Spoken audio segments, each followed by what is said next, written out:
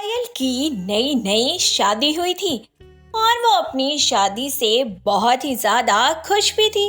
पायल का ससुराल का घर बहुत ही छोटा था, पर फिर भी उसे अपने ससुराल में रहने में कोई दिक्कत नहीं थी। एक दिन पायल की सास अनीता पायल से बोलती है।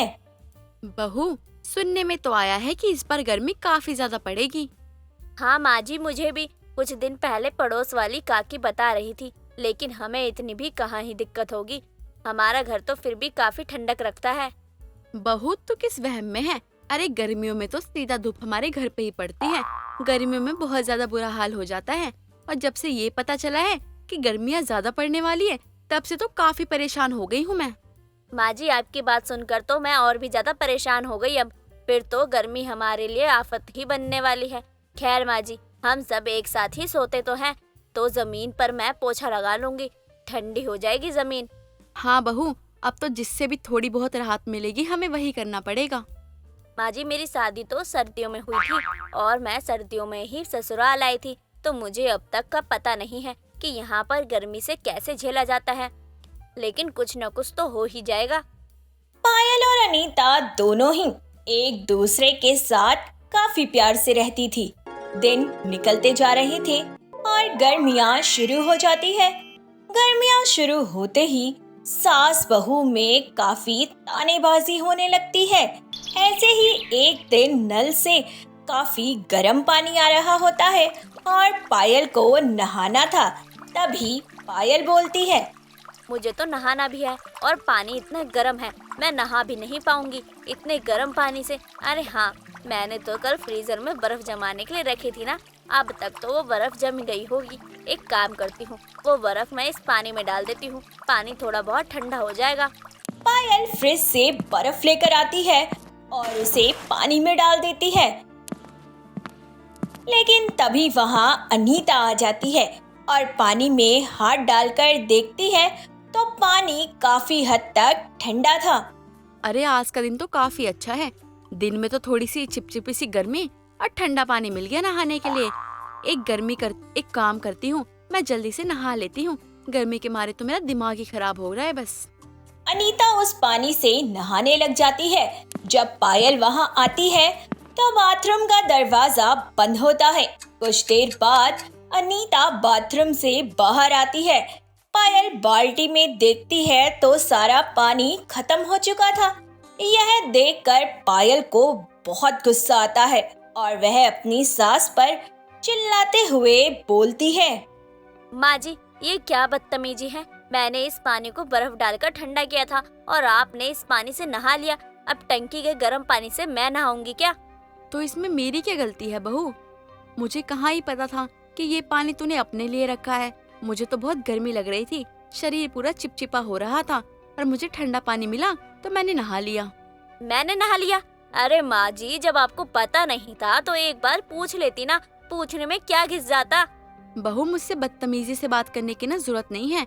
मैं तेरी सास हूँ, ना कि तेरी बहू, जो तुम मुझसे ऐसी बदतमीजी से बात करे। सांस वाली तो एक भी हरकत नहीं है आपके अंदर। बहू इतनी गर्मी में पसीने में घर के काम कर रही है, और जब बहू ने अपने लिए पानी ठंडा करके रखा तो बड़ी जल्दी आकर नहा लिया आपने। अब तो मैं यही कहूँगी, मैंने जानबूझकर ही किया है। अच्छा है, तुझे ठंडा पानी नहीं मिलेगा नहाने के लिए। मुझसे जवान मत लड़ा। मैं तुझे इस घर में बहू बना के लाई हूँ, तो अपनी हद में रह। अनीता और पायल में अब छोटी छोटी बातों को लेकर तू मैं होने लगती है। ऐसे ही कई दिन निकल जाते हैं। गर्मी अब हद से ज्यादा बढ़ चुकी थी। कुछ दिनों बाद अनीता, पायल और अनीता का बेटा अनिल तीनों ही जमीन पर सो रहे होते हैं। तभी पायल को बहुत गर्मी लगती है और वह कूलर का मुंह अपनी तरफ कर देती है। अनीता के पास बिल्कुल भी हवा नहीं जा रही थी, इसीलिए अब अनीता को गुस्सा आने लगता है और वह गुस्से से बोलती है। बहू, ये कूलर तेरे मायके से नहीं आया है जो तू इस पे अपना रौब दिखा रही है। यहाँ और भी बाकी लोग सो रहे हैं, सारी गर्मी तुझे नहीं लग रही है? बिल्कुल सही कहा माँ जी आपने। जी हाँ, बिल्कुल सारी गर्मी मुझे ही लग रही है। भले ही ये कूलर मेरे मायके से नहीं आया, लेकिन ये कूलर आपके मायके से भी तो नहीं आया ना। देख रहा है ना अनिल, तू तेरी बीवी मुझसे कैसी बातें कर रही है? दिख तो रहा ही होगा अनिल जी को कि उनकी माँ कितनी बड़ी लड़ाकू है। तू मुझे लड़ाकू कह रही है? बहू तेरी जुबान कुछ ज्यादा ही कैची की तरह आजकल चलने लगी है। अरे बस करो आप दोनों, गर्मी में काम मैं करता हूँ, पूरे दिन धूप में मैं जलता हूँ और जब घर आता हूँ तो आपकी बात सुन के और ज्यादा तप जाता हूँ। अरे गर्मी ना सबके लिए बढ़ी है, सबको लगती है। मैं कूलर को बीच में कर रहा हूँ, आओ सब बैठो एक साथ, लेकिन हाँ कोई कुछ नहीं बोलेगा। अनिल की बात सुनकर दोनों सास बहू चुप हो जाती हैं, लेकिन अब भी बात खत्म नहीं हुई थी। तेज गर्मी की वजह से दोनों सास बहू का पारा चढ़ता ही जा रहा था और दोनों बिना बात के ही एक दूसरे से बहस करने लगती हैं। एक दिन लाइट चली जाती है और दोनों सास बहू का पसीने से बुरा हाल हो जाता है। तभी पायल अपनी सास के पास जाकर बोलती है, माँ जी बहुत ज्यादा गर्मी हो रही है, मेरा तो गर्मी की वजह से बुरा हाल हो रखा है, खाना भी बनाना है, आप मेरी मदद कर दीजिए ना। दोनों साथ में खाना बनाएंगे तो जल्दी खाना बन जाएगा। बहू तू पागल हो गई है क्या? मेरी शक्ल देख, मैं मुंह धो के नहीं आई हूँ, ये पसीने हैं मेरे जो ताजे ताजे आ रहे हैं, वो भी गर्मी की वजह से। और तू बोल रही है इस गर्मी में मैं तेरे साथ रसोई में जाऊँ और खाना बनाऊँ? मुझसे रसोई में नहीं जाया जाएगा। माँ जी गर्मी तो मेरे लिए भी उतनी ही है ना जितनी आपके लिए है। थोड़ी देर में अनिल जी भी आ जाएंगे, खाना तो बनाना ही पड़ेगा ना, और साथ में बनाएंगे तो जल्दी ही बन जाएगा। बहू तेरी जिम्मेदारी है, तू देख ले कैसे खाना बनाएगी, क्योंकि तू मुझसे तो कोई उम्मीद रखी हो मत, मुझसे उम्मीद करना ही बेकार है। हाय गर्मी, भगवान जी लाइट तो भेज दो कम से कम।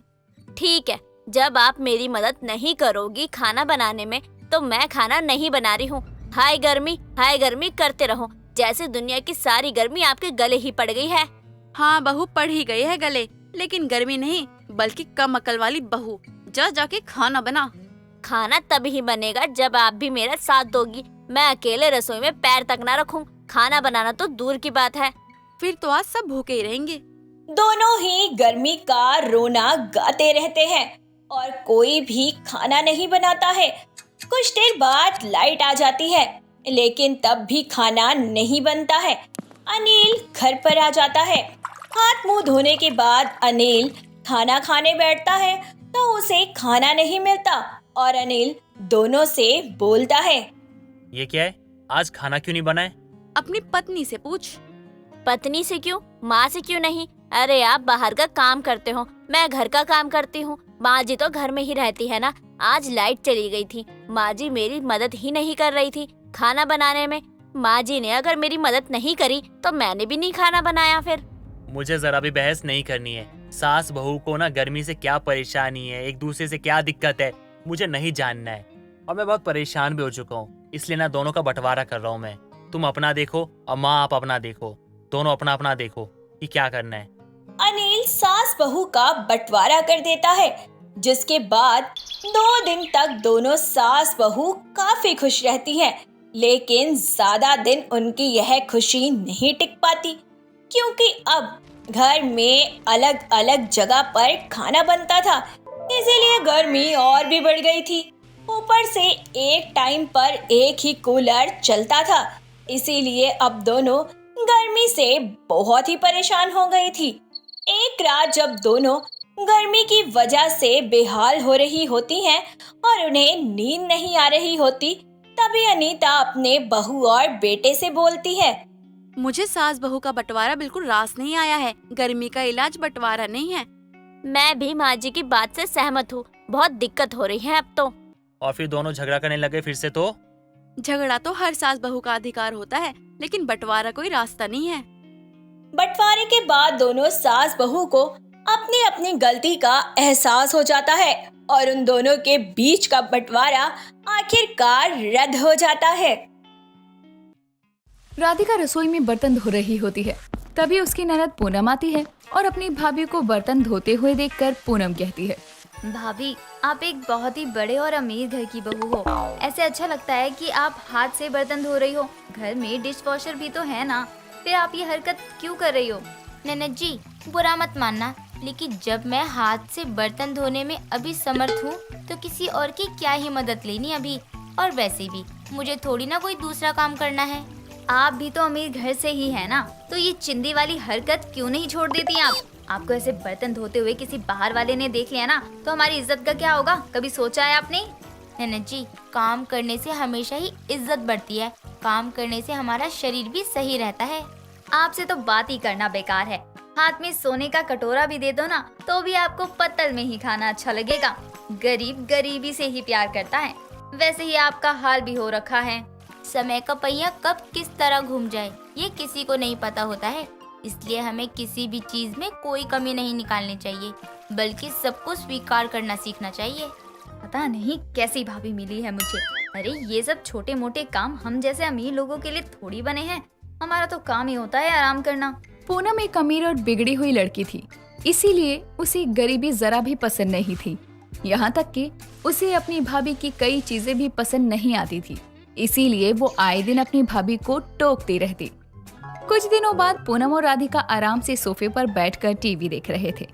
तभी पूनम का बड़ा भाई यश आता है और उन दोनों को बताते हुए यश कहता है, पूनम, तुम्हें पापा के दोस्त सतीश अंकल के बारे में तो याद है ना? हाँ हाँ, मुझे बिल्कुल और अच्छे से याद है।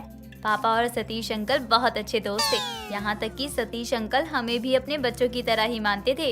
हाँ, आज मुझे सतीश अंकल मिले तो उनसे काफी सारी बातें हुई मेरी। अच्छा, फिर तो अंकल ने मेरे बारे में भी पूछा होगा। अंकल मुझे अपने बेटे से ज्यादा मानते थे। पूनम, पापा ने मुझसे मरते वक्त एक वादा लिया था। सतीश अंकल से मिलने से पहले मैंने उस वादे पर ज्यादा गौर नहीं दिया, लेकिन आज अंकल ने भी उसी वादे का जिक्र किया। भैया, आप किस वादे की बात कर रहे हो? मुझे तो पता नहीं कि पापा ने कोई वादा भी किया था जो कि सतीश अंकल को भी पता था, लेकिन मुझे नहीं पता उस वादे के बारे में। पापा और सतीश अंकल बचपन के दोस्त हैं और पापा सतीश अंकल के बीच में ये बात भी हो रखी है कि पूनम और सतीश अंकल का बेटा अर्जुन, उन दोनों की शादी करवानी है। भैया, आप ये क्या बात कर रहे हो? अरे पापा ने आपको वादा किया था ना, तो आप जानो कि उस वादे का क्या करना है। मैं तो बिल्कुल भी उस अर्जुन से शादी नहीं करने वाली हूँ। ननद जी, आप ये क्या बातें कर रही हो? अरे कम से कम एक बार अपने भैया की पूरी बात तो सुन लो। वो बड़े हैं, वो तुम्हारे लिए क्या सही है और क्या गलत है ये सब अच्छे से जानते हैं। भाभी, आपको इन सब में कुछ भी बोलने की जरूरत नहीं है। मैं सतीश अंकल को जानती हूँ, वो बहुत अच्छे हैं और वो ही एक पहले इंसान हैं जिनसे उनके गरीब होने पर मुझे कोई दिक्कत नहीं है। लेकिन इसका मतलब ये नहीं कि मैं उनके बेटे से शादी कर लूं। पापा तो चले गए, लेकिन उनके इस बिना सर पैर के वादे को मैं पूरा नहीं करूंगी। बस पूनम, अब तक मैं सोच रहा था कि ये सब तुझे कैसे समझाऊं, लेकिन तेरी बदतमीजी देखकर यही लग रहा है कि पापा ने जाते जाते बहुत सही फैसला लिया है। मैं उनकी बात से सहमत हूँ। आपके सहमत होने या ना होने से क्या होता है? शादी तो मुझे करनी है ना, और मेरी सहमति आपको कभी नहीं मिलने वाली। आप ये बात भूल ही जाओ कि मैं कभी शादी के लिए हाँ भी करूँगी। ठीक है, ये तेरा फैसला है और हम लोग फैसले के बीच कुछ नहीं बोल रहे। लेकिन पूनम, मेरी भी एक बात सुन ले। ये घर पापा का बनाया हुआ है और पापा का ही सब कुछ है। अगर तू पापा की बात का सम्मान नहीं रख सकती तो तुझे यहाँ भी रहने का कोई हक नहीं है। पापा ने ये सब मेरे नाम किया है। अब तू आगे सोच ले क्या करना है।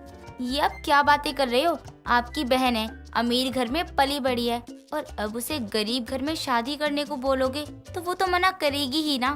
राधिका, मैं तुम्हारी बात से बिल्कुल सहमत हूँ, लेकिन पापा का वादा मेरे लिए ज्यादा बड़ा है। अगर मैंने भैया से और बहस की तो भैया पक्का मुझे घर से निकाल देंगे। इससे तो अच्छा यही होगा कि मैं भैया की बात मान लूं और शादी के लिए हाँ कर दूं। बाद में कोई बहाना बनाकर शादी तोड़ दूंगी। पूनम अपने भैया की बात मान लेती है और शादी के लिए हाँ कर देती है। कुछ ही दिनों बाद पूनम की शादी अर्जुन नाम के लड़के से हो जाती है। शादी के अगले ही दिन जब सुबह सुबह पूनम नहाने के लिए जाती है बाथरूम में, तब वो देखती है कि नल में पानी ही नहीं आ रहा। इसीलिए पूनम अपनी सास शकुंतला को बुलाती है। माँ जी, मैं नहाने गई थी, लेकिन बाथरूम में तो पानी ही नहीं आ रहा। अरे बहू, वो मैं तुझे बताना भूल गई थी। पानी सुबह ही आया था। मैंने नीले वाले डब्बे में पानी भर कर रखा है। तू एक काम कर, उसमें से ही पानी ले ले और नहा ले। माँ जी, लेकिन वो नीला वाला डब्बा तो खुला है ना, उसमें धूल मिट्टी गई होगी कितनी। बहू, तो क्या हुआ? कौन सा तुझे पता चलना है? जाकर नहा ले। शकुंतला की बात सुनकर पूनम को बहुत गुस्सा आता है और वो अपने कमरे में गुस्सा होकर बैठ जाती है। पूनम काफी गुस्से में थी। तभी वहाँ पूनम का पति अर्जुन आता है और वो पूनम को गुस्से में देखता है। क्या हुआ पूनम, तुम गुस्से में क्यों लग रही हो? कोई बात है क्या? गुस्सा ना करूँ तो क्या करूँ मैं? अरे मैं अमीर घर से हूँ और इतने गरीब घर में आई हूँ शादी करके। यहाँ नहाने के लिए पानी तक भी नहीं है, और जो है वो भी गंदे पानी से नहाने के लिए माँ जी मुझे बोल रही हैं। पूनम कोई बात नहीं, हम गरीब जरूर है लेकिन मैं तुम्हारा पति हूँ और अपनी पत्नी की इच्छा पूरी करना हर पति का कर्तव्य होता है। मैं तुम्हारे लिए साफ पानी खरीद के लाता हूँ। लेकिन माँ जी को पता चल गया तो क्या हुआ, कह दूंगा मेरी पत्नी को चाहिए। अरे भाई तुम बाहर वाली थोड़ी हो, और मुझसे जितना होगा ना मैं उतना करूंगा तुम्हारे लिए। जो कुछ भी मुझसे नहीं भी होगा ना, मैं कोशिश करूंगा कि वो भी मैं तुम्हारे लिए कर दूं। जहाँ कोई भूल चूक मुझसे हो जाए तो तुम मुझे माफ कर देना, मेरी हर गलती को सुधार देना। क्यों, इतना तो तुम कर सकती हो ना मेरे लिए। मैं कितनी गलत थी। भैया और पापा ने इतना अच्छा लड़का ढूंढा है मेरे लिए, जो गरीब होने के बाद भी मुझे अमीरों की तरह रख रहा है। अब क्या सोचने लग गई हो तुम? अच्छा चलो छोड़ो ये सब, अब तुम यहीं रुको, मैं तुम्हारे लिए पानी लेके आता हूँ बाहर से खरीद के। उसके बाद ना तुम नहा लेना और तैयार हो जाना। उसके बाद हमें तुम्हारे मायके भी जाना है, तुम्हारे पग फेरी की रस्म है ना। अर्जुन के स्वभाव को देखकर पूनम का दिल पिघल जाता है। नहाने के कुछ देर बाद वो अपने पति के साथ अपने मायके जाती है, जहां अर्जुन और यश दोनों बैठकर बातें कर रहे थे। पूनम की भाभी रसोई में खाना बना रही थी। पूनम अपनी भाभी के पास जाती है और अपनी भाभी से कहती है, भाभी थैंक यू, आपने हमेशा ही मुझे समझा है और समझाया है। और हाँ सॉरी, मैंने हमेशा ही आपको नीचा दिखाया। भाभी मुझे माफ कर दो। अरे ननद जी, आप माफी क्यों मांग रही हो? ये सब तो होता रहता है ना। भाभी मैं हमेशा ही गरीब लोगों से परेशान रहती थी, मुझे गरीबी पसंद नहीं। यहाँ तक कि मैंने अपनी शादी तक तोड़ने की सोची, लेकिन जब अर्जुन का स्वभाव देखा तो मेरा मन नहीं हुआ। ये तो बहुत अच्छी बात है ना ननद जी कि आपको अपने पापा की पसंद आपको बहुत पसंद आई। हाँ भाभी, आपको पता है मेरा ससुराल भले ही गरीब है, लेकिन दिल उनका अमीरों के खजाने से भी बड़ा है। अर्जुन जी और मेरी ज्यादा बात नहीं हुई, लेकिन फिर भी वो पूरे हक से बोलते हैं कि वो अपनी पत्नी की सारी इच्छाएं पूरी करेंगे। और यही मैंने भैया को देखा है कि पैसे कमाने के चक्कर में कई बार आपकी इच्छा तो दबी ही रह जाती है। देखा पूनम, हमेशा अमीर देखकर भूल जाते हैं लोग, लेकिन अब खुद देखो, तुम्हारे भैया और तुम्हारे अर्जुन जी अपनी अपनी जगह सही है, लेकिन तुम्हें इतना खुश आज मैंने पहली बार देखा है। राधिका की ननद जो कि गरीबों से और गरीबी से परेशान रहती थी, लेकिन अपने ससुराल में जाने के एक दिन बाद ही उसे समझ आ जाता है कि उसकी भाभी कितनी सही थी, और वो इस बारे में अपनी भाभी से भी बात करती है। संजना रंग में काफी काली थी। उसकी शादी के लिए जब भी लड़के वाले उसे देखने आते थे, वो घर जाकर कॉल करेंगे कहकर दोबारा मुड़कर उसके घर नहीं आते थे, और कुछ तो देखते ही मना कर दिया करते थे। और इस बात से उसके माँ बाप भी बहुत परेशान रहते थे। और एक दिन जब एक बार फिर से संजना को अतुल नाम का लड़का देखने आ रहा होता है, तो उसके घर वाले संजना की शादी करने के लिए एक तरकीब लगाते हैं और संजना की जगह उसकी बहन सुमन को संजना बताकर दिखा देते हैं। सुमन संजना से बहुत ही ज्यादा सुंदर और गोरी थी, इसीलिए अतुल देखते ही उसे हाँ कर देता है। कुछ महीनों बाद संजना की अतुल से शादी हो जाती है, और जब शादी की पहली रात अतुल संजना का घूंघट उठाता है तो संजना को देखकर कहता है, तुम कौन हो और संजना कहाँ है? आप ये क्या कह रहे हैं? मैं ही तो हूँ संजना। ये झूठ है, मैंने अपनी आंखों से संजना को देखा है। वो बहुत ही सुंदर और गोरी है, तुम्हारी तरह काली नहीं है वो। आपने मेरी बहन सुमन को देखा होगा, पर मैं ही संजना हूँ। इसका मतलब मेरे और मेरे घर वालों के साथ धोखा हुआ है। जी ऐसा मत कहिए, आपने ही तो इस रिश्ते के लिए हाँ की थी। इतना कहकर अतुल संजना को कमरे से बाहर कर देता है, और अब संजना गेट पर ही सो जाती है। जब सुबह सभी लोग उठ जाते हैं तो संजना की सास सरिता अपनी बहू और बेटे को उठाने के लिए आती है और संजना को बाहर पाकर कहती है, अरे बहू, तू यहाँ बाहर क्या कर रही है? अब संजना जब पीछे मुड़ती है तो सरिता उसके काले रंग को देखकर चौंक जाती है और कहती है, अरे तू कौन है जो मेरी बहू के कपड़े पहने कमरे के बाहर सो रही थी, और मेरी बहू कहाँ है? माँ जी मैं ही संजना हूँ। अब सरिता संजना के घर कॉल लगाती है तो वहाँ कोई भी कॉल नहीं उठाता। कुछ देर बाद सबको पता चल जाता है कि संजना को शादी के वक्त बदल दिया गया था, और इसके पीछे की वजह जानने के लिए संजना की सास और पति जब संजना के घर जाते हैं तो देखते हैं कि वहाँ ताला लगा हुआ था, और अब वो सब समझ गए थे कि अतुल और उसके घर वालों के साथ कितना बड़ा धोखा हुआ है। और ये सब जानने के बाद सरिता अपने बेटे से कहती है, नहीं, ये नहीं हो सकता। मेरी बहू और काली, अब इस काली बहू का क्या करे? हमें तो इसने समाज में मुंह दिखाने लायक नहीं छोड़ा। करना क्या है माँ, इसे बाहर निकाल फेंको। अरे ऐसे नहीं कर सकते ना, बात थोड़ी ठंडी होने दे, फिर इसे ऐसे बाहर निकालूंगी कि कभी वापस ही ना आ पाए। ठीक है माँ। इतना बोलने के बाद दोनों माँ बेटे घर आते हैं और आकर खाने की टेबल पर बैठ जाते हैं। और तभी वहाँ पर संजना अपनी पहली रसोई का खाना बनाकर ले आती है और उन दोनों के आगे रख देती है। तभी अतुल कहता है, ये सब क्या नौटंकी है? किसने कहा तुम्हें ये सब करने के लिए?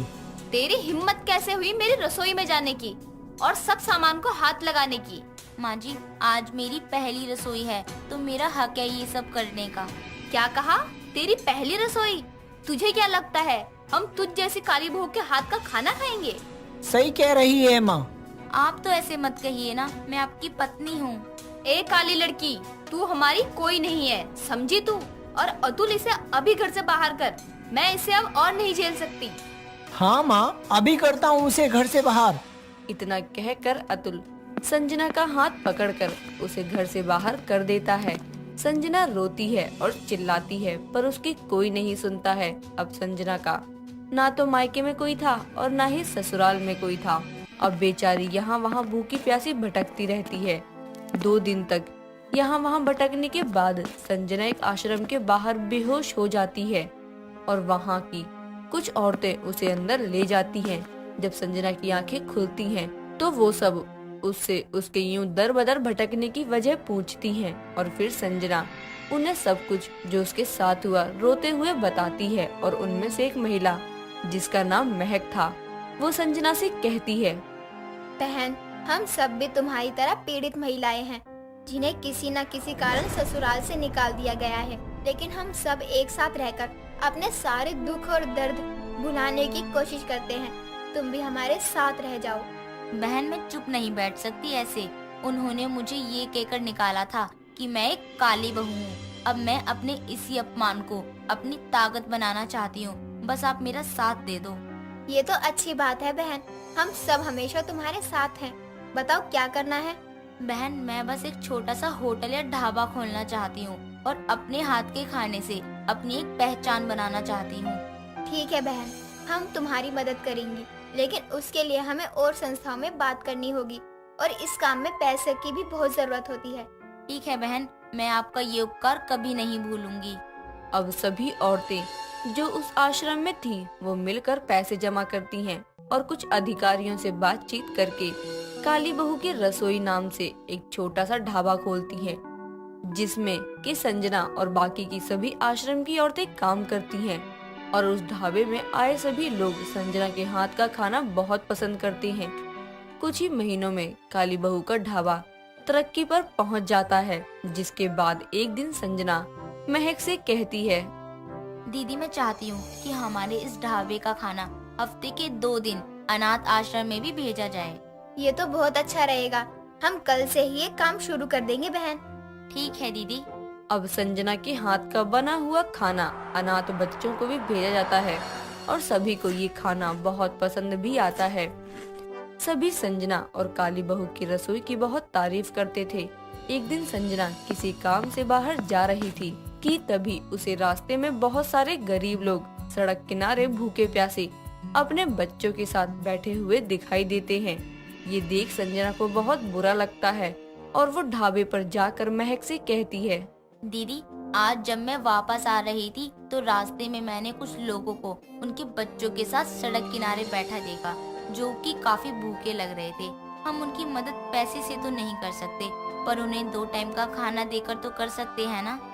संजना, तुम्हारा दिल बहुत बड़ा है, तुम बहुत जल्दी दूसरों को दुखों को अपना बना लेती हो। लेकिन बात ये है कि हमारे पास इतना राशन नहीं है कि हम और लोगों को खाना खिला सके, क्योंकि ढाबे से इतने पैसे नहीं आते हैं। उन दोनों की ये बातें ढाबे के काउंटर पर आया एक मोहन नाम का आदमी सुन लेता है, जो अपने खाने के पैसे देने आया था। तभी वो ये बात सुनकर कहता है, बताओ कितने पैसे की जरूरत है, मैं मदद करूंगा। आप कौन है और आप हमारी मदद क्यों करना चाहते हैं? मैं कुछ दिन पहले ही आपकी काली बहू के रसोई के ढाबे पे खाना खाने आया था और मुझे खाना बहुत ज्यादा पसंद आया, जिसके बाद मैंने काफी लोगों से पता किया कि ये ढाबा आखिर है किसका। तो उन सब ने मुझे आपके और आपके लाइफ के बारे में बताया कि आपके साथ क्या क्या हुआ है, और मुझे आपके बारे में बहुत कुछ जानने को मिला। इसलिए मैं दोबारा खाना खाने के साथ साथ आपकी मदद के लिए भी आया था। मैं भी आपके और आपके इस आश्रम के साथ जुड़ना चाहता हूँ। मैं आपके सपनों को पूरा करना चाहता हूँ, बदले में मुझे कुछ नहीं चाहिए।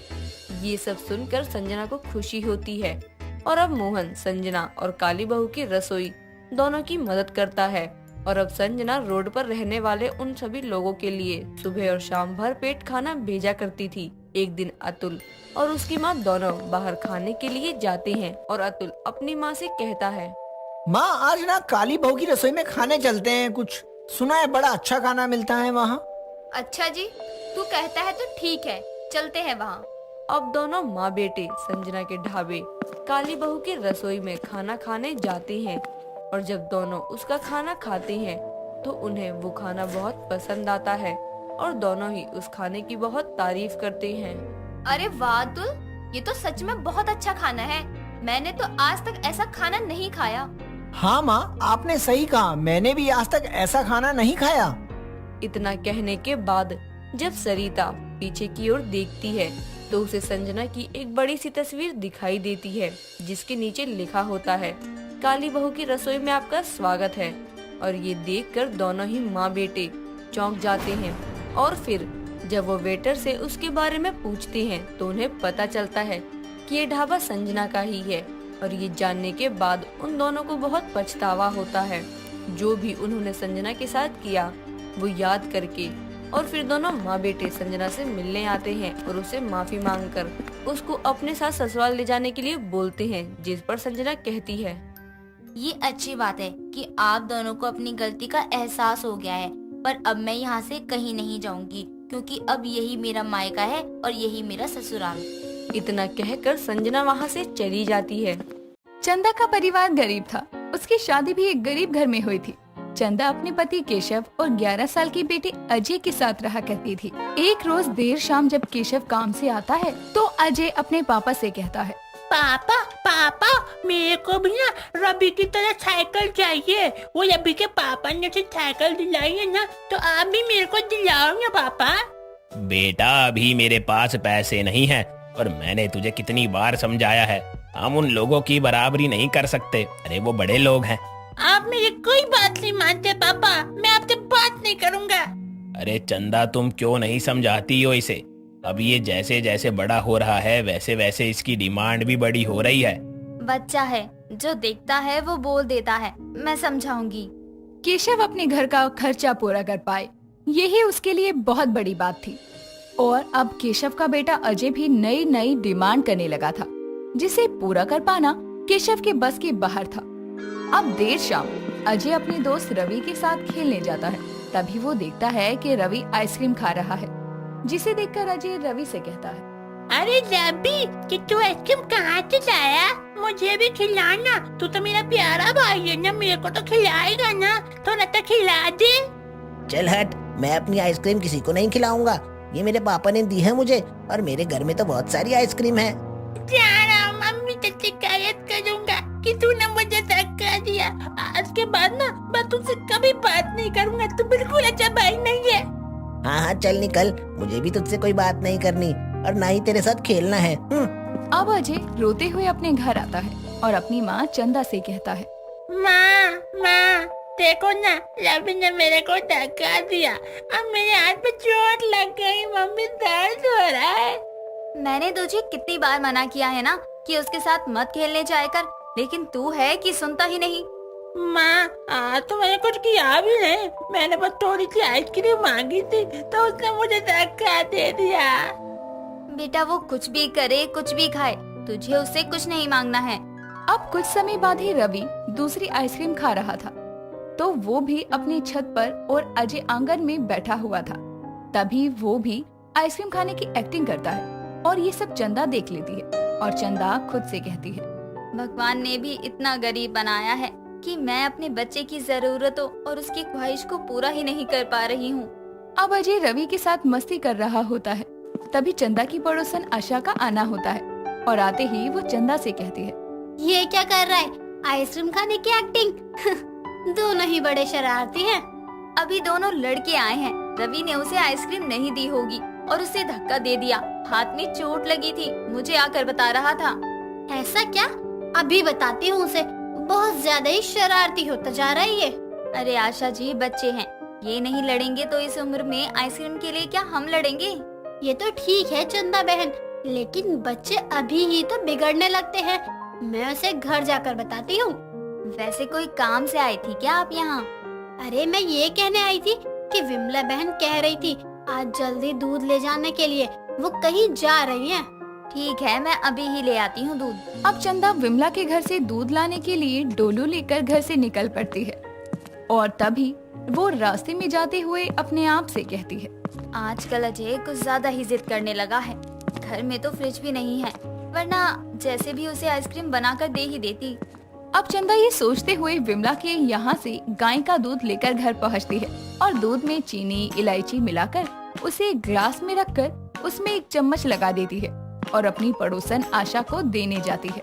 आशा जी, ये 2 ग्लास है, इसी तरह फ्रिज में रख देती हैं आप तो ये जम जाते। इस दूध को क्या जमाना है भला? क्या बनाया है इसमें? दूध ही है ना ये? हाँ है तो दूध ही, लेकिन इसे आइसक्रीम बनाना है। मैं सुबह आकर ले जाऊंगी। अरे वाह चंदा बहन, क्या जुगाड़ निकाला है आपने। बच्चे भी खुश और काम भी निकल गया। अब केशव का शाम में काम पर से आना होता है और अब अजय अपने पिता को रवि की बातें बताने लगता है। ये सब सुनकर केशव अजय से कहता है, अरे कभी मैं काम पर से आया हूँ और तूने ये कहा है कि पापा आज मैंने इतनी पढ़ाई की है। आप उसे क्यों डांट रहे हो? वो तो आपको बता ही रहा है कि आज रवि ने उसे धक्का दिया। अरे तुमने ही इसे सर पर चढ़ाया है और ये सर पर चढ़ गया है। इसे कहो अच्छा होगा कि अपनी पढ़ाई पर ध्यान दे। अपने पापा का गुस्सा होते हुए देखकर अजय अपने कमरे में चला जाता है।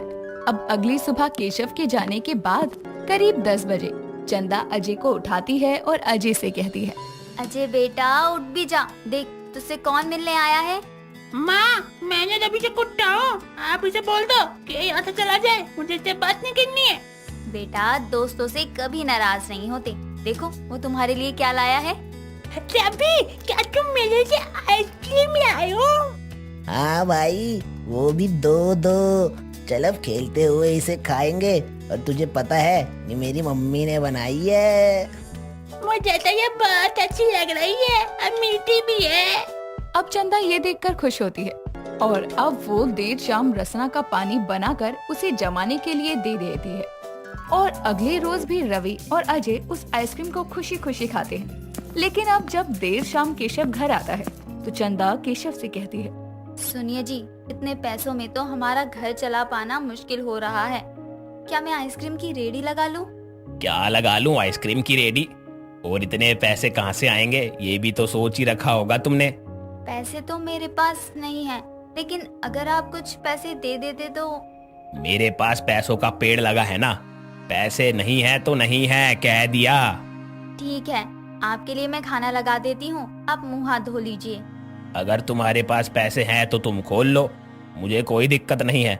तुमने सोचा है तो पैसे भी होंगे ही तुम्हारे पास। अब चंदा आइसक्रीम की रेडी को लेकर सोचने लगती है और रात में सोते समय भी उसी के बारे में सोचती है।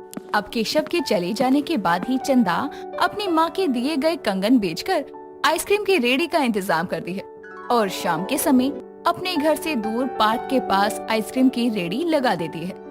अब रवि अजय की माँ को देखकर अजय से कहता है, अजय वो देख, मुझे तो आइसक्रीम वाले भैया में भी तेरी मम्मी दिख रही है। अरे कहाँ बोल रहा है तू? अरे अरे अरे, मुझे तो कहीं भी नहीं दिख रहा है। अच्छा, वाह, वो आइसक्रीम वाले की बात कर रहा है तू? अरे मुझे भी ऐसा क्यों लग रहा है जैसे कि वो आइसक्रीम वाले भैया मेरी मम्मी की तरह दिखते हैं। लगता है मेरे को मम्मी की याद आ रही है। चल पास जाकर देख कर आते हैं, कहीं सच में वो तेरी मम्मी ही तो नहीं। कहीं उन्होंने गुस्से में आकर आइसक्रीम की दुकान ही खोल ली हो, क्योंकि मैंने उस दिन तुझे आइसक्रीम नहीं दी थी ना। हाँ हो सकता है, क्योंकि मम्मी ना बहुत गुस्से वाली है। और हाँ, मम्मियाँ ना कुछ भी कर सकती हैं, ऐसा मैंने सुना है। ठीक क्या रहा है तू अजय? चंदा ने तो अपने बेटे अजय को भी नहीं बताया था कि वो आइसक्रीम की रेडी खोल रही है। अब रवि और अजय पार्क से निकलकर रेडी के पास जाते हैं तो अजय आइसक्रीम वाले को कहता है, अरे आइसक्रीम वाले भैया, आप मेरी मम्मी की तरह क्यों दिख रहे हो? अरे रब्बी, देखना कि मेरी मम्मी तो नहीं है ना? अरे अजय, ये तेरी मम्मी ही है। अजय, तेरी मम्मी ने तो आइसक्रीम की दुकान खोल ली भाई। अरे मम्मी, आपने मेरे लिए इतनी बड़ी दुकान खोल ली, आपने मुझे बताया क्यों नहीं? अरे मुझे बताओगी नहीं तो मैं खाऊंगा कैसे? क्योंकि मैं तुझे 4 पाई देना चाहती थी। अरे मम्मी, कितनी बार आपको कहा है, वो सरप्राइज होता है, 4 पाई नहीं होती है। हाँ वही बेटा। अब देर शाम करीब 7 बजे चंदा और अजय घर पहुंचते हैं, जहां केशव पहले से ही आया हुआ था और वो आइसक्रीम की रेडी को देखकर चंदा से कहता है, मैंने तुझे पैसे दिए नहीं तो तेरे पास पैसे कहाँ से आए? मैंने अपनी माँ के दिए हुए कंगनों को बेचकर ये आइसक्रीम की रेडी लगाई है। सच बोल रही है ना? और अगर तू आइसक्रीम का ठेला लगाएगी तो घर का काम कौन करेगा? मैं घर का काम करके ही जाऊंगी। और आज मैंने सिर्फ 2 घंटे ही आइसक्रीम की रेडी लगाई थी, जिसमें मैंने 700 रुपए कमाए। अब केशव उन पैसों को देखकर खुश हो जाता है और अगले ही दिन से केशव भी शाम में काम से आकर रेडी पर रहने लगा था, जिससे अब चंदा को घर चलाने में थोड़ी बहुत मदद भी मिल जाया करती थी। रमा अपनी बहू किंजल, बेटी रावी और बेटे हेमंत को बुलाती है और बोलती है, अरे निकम्मो, कहाँ हो सारे? दिवाली आने वाली है, त्योहार का समय आ रहा है, लेकिन सारे अपने फोन में लगे रहते हो। घर का कुछ दिखाई नहीं देता है क्या? साफ सफाई कौन करेगा? हाँ तो इसमें कौन सी बड़ी बात है, किंजल और रावी दोनों ही घर पर रहती हैं तो साफ सफाई कर ही लेंगी ना। इसमें मुझे बुलाने वाली क्या बात है? ये तो आप इन दोनों से भी कह सकती थी। भाई, आपकी भी तो कुछ दिनों तक तो छुट्टी ही है, तो आप हमें कुछ बोलो ही मत, बल्कि आपको भी काम करना चाहिए हमारे साथ। सही है, अभी से सफाई शुरू कर देंगे, जल्दी ही खत्म हो जाएगी। अच्छा, मतलब 2 दिन की छुट्टी क्या है, अब मैं तुम्हारे साथ मिलकर घर की साफ सफाई में लगूं? पागल दिख रहा हूँ क्या मैं कुछ नहीं करने वाला। और हाँ, वैसे भी दीपावली में बहुत टाइम है अभी। हाँ माँ, भाई की ये बात तो ठीक है, अभी दिवाली में बहुत टाइम है, अभी से क्या सफाई करनी। माँ जी सही बोल रही हैं, अभी से ही करेंगे घर की सफाई, तभी तो समय से हो पाएगी। भाभी को तो बस माँ के आगे अपने आप को अच्छा ही दिखाना होता है। इतना भी बड़ा घर नहीं है हमारा जो दिवाली की सफाई के लिए हम इतने दिनों पहले लग जाएं। दिवाली तक तो सब गंदा ही हो जाएगा ना। मैं माँ जी के आगे अच्छा बनने के लिए नहीं बोल रही हूँ, लेकिन माँ जी की बात बिल्कुल सही है, इसलिए मैं माँ जी की तरफ से बोल रही हूँ। साफ सफाई में इतना समय लग जाता है, साफ सफाई करते पता ही नहीं चलता है कि समय कैसे निकल गया, इसीलिए अभी से करेंगे तो हो भी जाएगा। हाँ ये भी बात है। चलो एक काम करो, तुम दोनों दीपावली की सफाई के लिए शुरू हो जाओ। अरे नालायक, दिवाली की साफ सफाई से मेरा ये मतलब नहीं था कि घर में बस झाड़ू पोछा हो जाए और घर अच्छे से चमकना भी चाहिए, सफेदी भी तो होनी चाहिए ना, ऐसे ही थोड़ी रहेगा सब। नहीं माँ, सफेदी में बहुत समय लग जाता है, उसके लिए सामान को यहाँ से वहाँ करना पड़ता है और सामान यहाँ से वहाँ करने के काम में मेरे कमर की बैंड बज जाती है। नहीं, सफेदी रहने दो। हाँ हाँ, अब तो सफेदी ही करेंगे। भाई को भी तो कोई काम मिलना चाहिए ना, बड़ी जल्दी काम से बच रहे थे।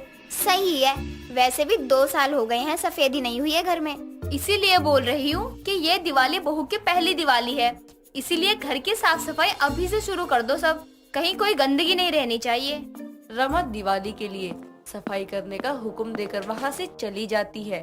अब अपने मन से या बेमन से हो, लेकिन सबको सफाई तो करनी ही थी, इसीलिए सब अपने काम पर लग जाते हैं। किंजल सीढ़ी लगाकर जाले साफ कर रही होती है, वहाँ उसकी सास रमा आती है। किंजल को पता नहीं होता कि नीचे उसकी सास खड़ी है और वो जाला साफ करके नीचे ही गिरा देती है कि वो जाला रमा के ऊपर ही गिर जाता है और रमा चिल्लाते हुए बोलती है, बहू जरा देख ले, नीचे भी कोई आ जा रहा है, घर की सफाई करने में सास को ही गंदा कर दिया तूने तो। माँ जी मुझे माफ कर दीजिएगा, मुझे पता नहीं था आप नीचे ही खड़ी हो, लेकिन जब आपको भी पता है दिवाली की साफ सफाई का काम चल रहा है तो यहाँ आने की जरूरत ही क्या थी आपको? अच्छा, मतलब अब तू बोलना चाहती है कि साफ सफाई हो रही है तो मैं घर में भी ना आऊँ? दिवाली की साफ सफाई में तू तो अपनी सास की ही घर से सफाई करना चाहती है ना, सब समझती हूँ मैं। नहीं माँ जी, मेरा वो मतलब नहीं था, आप गलत समझ रही हैं। अच्छा आप यहाँ आई हो तो बताओ कोई काम था क्या? आपको कुछ चाहिए? मैं दे देती हूँ आपको अभी। नहीं, मुझे कुछ नहीं चाहिए, मैं तो बस देखने आई थी। हट हट, यहाँ इतनी धूल मिट्टी हो रही है, मैं जा रही हूँ। और हाँ सुन, पंखा भी अच्छे से साफ करियो। जी माँ जी, जाले साफ कर दूं, फिर पंखा भी साफ कर दूंगी। आप बाहर जाओ, वरना धूल में आपको और खांसी होने लग जाएगी। यहाँ का सारा काम मैं देख लूंगी। रमा किंजल को डांट फटकार कर वहाँ से चली जाती है। दिवाली की साफ सफाई का काम तो शुरू हो चुका था। यहाँ किंजल कमरे के जाले निकाल रही थी तो वहाँ रावी किचन की सफाई में लगी होती है। रावी किचन के सारे डब्बे बाहर निकालकर, बर्तन निकालकर किचन की सफाई कर रही होती है कि तभी वहाँ किंजल और रमा आते हैं। लेकिन किचन का तो और भी ज्यादा बुरा हाल हो रखा था। इतनी गंदगी निकल रही थी और तो और रावी से पानी भी गिर गया था। पानी से रमा फिसल जाती है और गिरते हुए बोलती है, हाय मेरी कमर। बहू खड़ी खड़ी देख क्या रही है? आकर यहाँ अपनी सास को उठा। जी माँ जी, आराम से माँ जी। रावी, ये क्या है? तूने किचन को कबाड़ खाना क्यों बना रखा है? और ये पानी कैसे गिरा? वो माँ, ऐसा लग रहा है जैसे सबसे ज्यादा गंदा तो किचन ही था। अभी बस सारा फालतू का सामान निकाला है तब ये सब फैल गया। लेकिन अभी तक रसोई की सफाई तो हुई ही नहीं है ना। और माँ, आप कैसी बात कर रही हो? घर में दिवाली की सफाई चल रही है तो जमीन पर पानी नहीं तो क्या फूल गिरे होंगे? तभी मैंने बोला था, दिवाली की सफाई में तो 2-3 दिन आराम से लग ही जाते हैं। और गंदगी भी इसलिए ही निकल रही है क्योंकि मेरे घर के सभी लोग तो महान है ना। यही अगर रोज साफ होता तो इतनी गंदगी थोड़ी ना निकलती। कुछ खाने को है या नहीं? माँ, अभी तो आपने बोला कि 2-3 दिन तक सफाई चलती है, तो अब खाना कैसे बनाएंगे हम? लो, इन लोगों को साफ सफाई के लिए क्या बोल दिया? एक बहू है कि घर से बाहर निकालने को लग गई और बेटी है कि भूखा मार रही है। जब मैं दिवाली की सफाई करती थी ना तो खाना और सफाई दोनों हो जाती थी। ऐसा है तो आप खुद ही कर लो ना, हमें क्यों काम पर लगा रखा है? मैंने सब सुन लिया रावी, जो तू फुसफुसा रही है। बहू, एक काम कर, वो जो तुम लोग बाहर से मंगवाते हो ना, वही से कुछ मेरे लिए भी मंगवा ले। तुम लोगों के भरोसे रही तो हो गया बस। एक काम क्या बोल दिया मैंने? सबकी जान अटक रही है। रमा इतना बोलकर वहाँ से चली जाती है। थोड़ी देर में किंजल ने जो खाना बाहर से मंगवाया होता है वो खाकर रमा फिर इधर उधर घूमकर सबको देखने लगती है कि सफाई ठीक से हो रही है या नहीं। थोड़ी देर बाद हेमंत सफेदी का सारा सामान ले आता है और सफेदी की शुरुआत रमा के कमरे से ही करने लगता है। हेमंत सफेदी कर रहा होता है कि रमा अपने कमरे में जाती है। सफेदी करते हुए उसके छींटे रमा के मुंह पर जाते हैं और फिर से रमा के गुस्से का पारा ऊपर आ जाता है और वो हेमंत पर चिल्लाकर बोलती है, तुम तीनों मुझसे क्या दुश्मनी निकाल रहे हो? आंखें हैं या बटन? दिख नहीं रहा है? तेरी माँ यहाँ आई है। माँ, आप यहाँ वहाँ क्यों घूम रही हो? दीपावली की सफाई चल रही है, यही सब होगा ना। सब अपने काम में लगे हैं, पर आप हो कि यहाँ वहाँ करे जा रही हो। अरे एक जगह पर बैठ जाओ ना। हाँ हाँ, तू तो अपनी बीवी की ही जुबान बोलेगा ना। मैं क्यों बैठूं एक जगह? ताकि तुम तीनों अपनी दिवाली की सफाई के नाम पर आराम कर सको। ये सब तो भूल जा बेटा, मेरी सब पर अच्छे से नजर है। एक काम करो माँ, फिर आप ना अच्छे से नजर रखो, कहीं कुछ गड़बड़ ना हो जाए। और हाँ, जब फिर कुछ ऐसा हो जाए ना तो फिर शिकायत मत करना। ठीक है ठीक है, तुझे बस गप्पे हाँकने का मौका चाहिए। चल जल्दी से सफाई कर। रमा सबको काम थमाकर उन सब पर नजर रखने का काम कर रही थी और जगह जगह जा जाकर ताने भी मार रही थी। धीरे धीरे ही सही दिवाली की सफाई का काम हो रहा था, लेकिन सफाई में 2 दिन लगते हैं। लेकिन पूरे घर की अच्छी सफाई हो जाती है। सफाई करने के बाद सब मिलकर घर का सारा सामान सेट करने लगते हैं। तभी रमा को उसके खोए हुए सोने के कंगन वापस मिल जाते हैं और वो खुशी से चिल्लाते हुए बोलती है, अरे मिल गए मेरे कंगन। इतने समय से ढूंढ रही थी, आखिरकार मिल ही गए। माँ, आपको तो इतनी खुशी तब भी नहीं हुई जब हम तीनों ने मिलकर इतनी अच्छी सफाई की, लेकिन कंगन के मिलते ही आपकी खुशी का तो ठिकाना नहीं रहा। बेटा, इसी कंगन के लिए तो मैं बार बार यहाँ से वहाँ कर रही थी कि कहीं तो मिल जाए। सोने के कंगन है ये, और ये वो कंगन है जो मुझे सबसे ज्यादा पसंद है। चलो, दिवाली की सफाई भी हो गई और मेरे खोए हुए कंगन भी मिल गए। अब हुई ना मेरे घर की दिवाली की सफाई अच्छे से।